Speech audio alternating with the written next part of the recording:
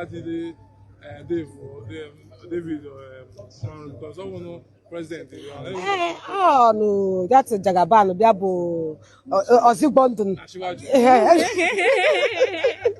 Ozibondun come Jagaban because I even here ndo otro ndonwa but otadi anyị ga-anagide because ụzọ ihe ọbụla na-arụ ka ọ ga-aga o nwere ndị oge megide na ndị oge efefo but ụtọ dị na o fefekwara anyị nwa eziokwu na ihe na but this can happen ka ahụ ọnwụkwana ihe ọzọ anyị na-aga arụtụ nke ịbụọ ịma na o nwe ihe mere ọ ga-adịkwa mma ka onye bido ọrụ arụcha ya elekshọn bịa mba election a na-abịa onye nwa ka anyị ga-etinyere ka ọ continue from where he stopped anyị ga-atinyere efugo ka ọrụ agago engasị ya dịsikwa ike n'ihe ọma na-eme ya mekwuo ka ọ gakwuo ya rukwa ebe ọ bụ na ka o rugoro ebe a na-esi n'isi arụ were ama ụtọ nsị ebe ọ bụ na a na-esi n'isi arụ were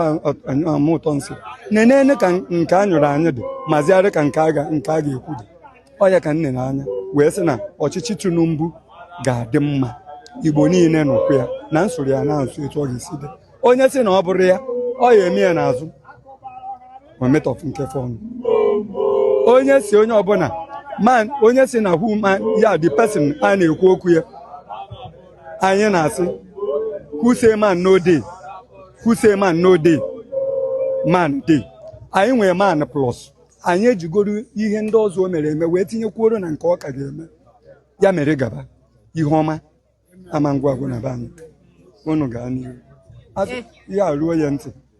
ya gaa n'iru ya nwakwa na nwa ọ kaghara akụ ya anyị bụ ya anụ masụrụ mkpụrụ na-asị na-etu anyị esi kwuo ya ka ọ ga-esi wee dị ruo n'afọ nke sekụnd hei antinye ọ bụ na a na-atụ ịbụọ ntụkwuo ịghọta na-egwu